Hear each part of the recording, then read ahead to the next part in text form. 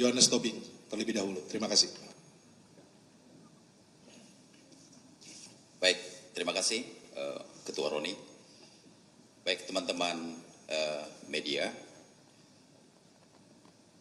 pada waktu terjadi penggeledahan hari Selasa kemarin jam 2 siang tepatnya, saya baru nyampe jam 3 sore.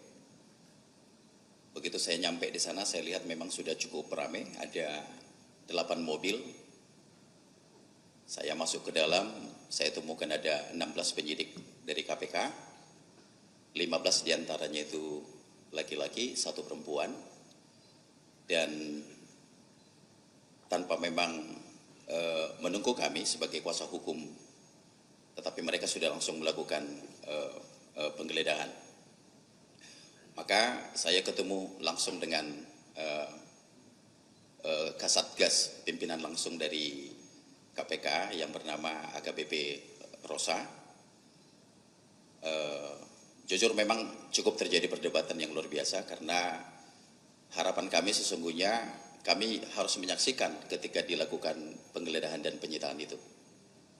Jadi harus berdebat dulu mengenai legal standing dan sebagainya, tapi pada akhirnya karena kami tetap bersikukuh untuk harus tetap menyaksikan, maka akhirnya mereka juga memperbolehkan. Nah, dari pemeriksaan yang ada hampir lebih dari 4 jam itu, ternyata mereka tidak menemukan apa-apa.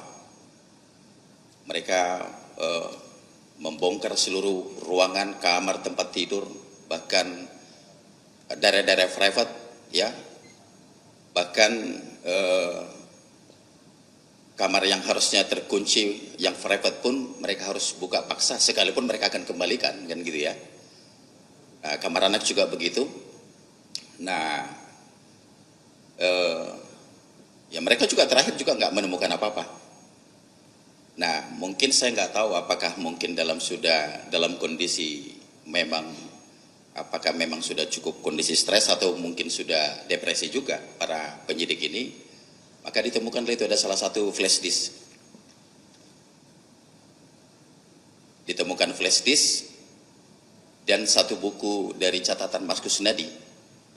Buku flash disk ini ditemukan di kamar anaknya Pak Hasto di lantai 2. Kalau yang buku catatan ini, buku catatan hari-hariannya Mas Kusnadi itu ditemukan di kamarnya di lantai bawah. Nah, flash disk ini ternyata setelah kita konfirmasi ke anaknya Pak Hasto, ternyata itu juga bukan miliknya juga. Artinya tidak mengetahui. Kita tanya ke Pak Hasto juga, Pak Hasto juga nggak mengetahui. Nah, ukuran buku ini, buku catatan ini, catatan Kusnadi ini cukup kecil, ya, yang ukuran setangan, gitu ya. Nah, begitu kita periksa juga, buku itu ternyata, buku itu hanya pada waktu dibuatkan berita acara pemeriksaan, saya lihat langsung karena tadinya mereka keberatan kan, nggak boleh, harus kita lihat isi flash disknya dan sebagainya. Nah, ternyata di buku catatan itu hanya dulu Mas Kusnadi itu pernah bikin bisnis bersama sama adiknya yang bernama Udin. Jadi namanya Kus Udin, nama PT-nya tuh. Jadi perusahaan kecil, mereka modal 10 juta masing-masing, jadi total 20 juta untuk bercocok tanam untuk yang namanya itu bawang merah di kampungnya. Nah, jadi saya juga nggak ngerti juga setelah saya ikutin perkembangan yang lebih dalam, ya. Mereka datang 16 orang, sebegitunya mereka untuk bekerja dengan masifnya, belum dengan penjagaan yang ketat, pakai seragam dari anggota kepolisian, pakai laras panjang. Ya, ini saya kira memang sangat over lah, berlebihan. Nah, yang bikin saya jadi keki untuk teman-teman media, yang bikin lucu nih, ya. Jadi dari penyidik KPK ini rupanya sudah menyiapkan berapa banyak cover gitu. Saya lihat sendiri dengan mata kepala waktu dimasukkan ke mobil Innova itu ada 4 koper tuh.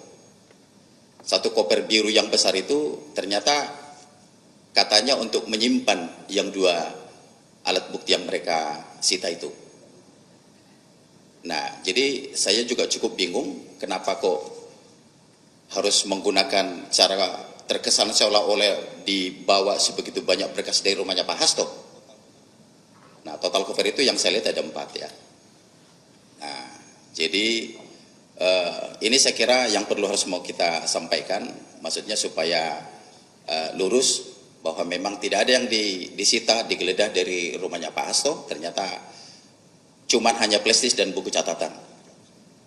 Nah, demikian juga setelah selesai melakukan penggeledahan di kediaman Pak Hasto yang di Bekasi, mereka lanjut ke Kebagusan. Di Kebagusan itu mereka juga melakukan penggeledahan dan penyitaan, dan ternyata mereka juga tidak menemukan apa-apa. Jadi boleh dibilang hasilnya nol. Nah, mereka juga tidak mengundang media. Biasanya kan kalau KPK mau ngapa-ngapain ini kan mereka sudah, medianya udah siap tuh, udah bocor kemana-mana tuh. Jadi di sana juga mereka tidak menemukan apa-apa. Maka saya patut diduga ini bahwa memang apakah memang ini hanya untuk menjalankan perintah saja, seolah-olah memang sudah dikerjakan penggeledahan ini, yang seharusnya dengan profesional ini harusnya berimbang kan gitu ya. Saya kira cukup tidak beralasan orang sebanyak itu bekerja tetapi tidak menemukan hasil apa-apa. Dan jujur memang saya cukup bicara banyak dengan mereka, tidak ada suatu hal yang serius saya lihatin. Mereka juga bekerja santai, ya kalau memang waktunya lagi sholat, yang ngobrolnya juga biasa. Jadi artinya tidak ada yang harusnya tendensius atau apa yang betul-betul signifikan harus dikerjakan. Nah, jadi itu untuk teman-teman media yang perlu saya luruskan terkait soal penggeledahan di dua tempat itu. Artinya penyidik KPK tidak menemukan apa-apa. Artinya tidak menemukan barang terkaitan terhadap perkara Harun Masiku yang sedang mereka keluarkan hari ini. Demikian dari saya, Pak Ketua. Ya.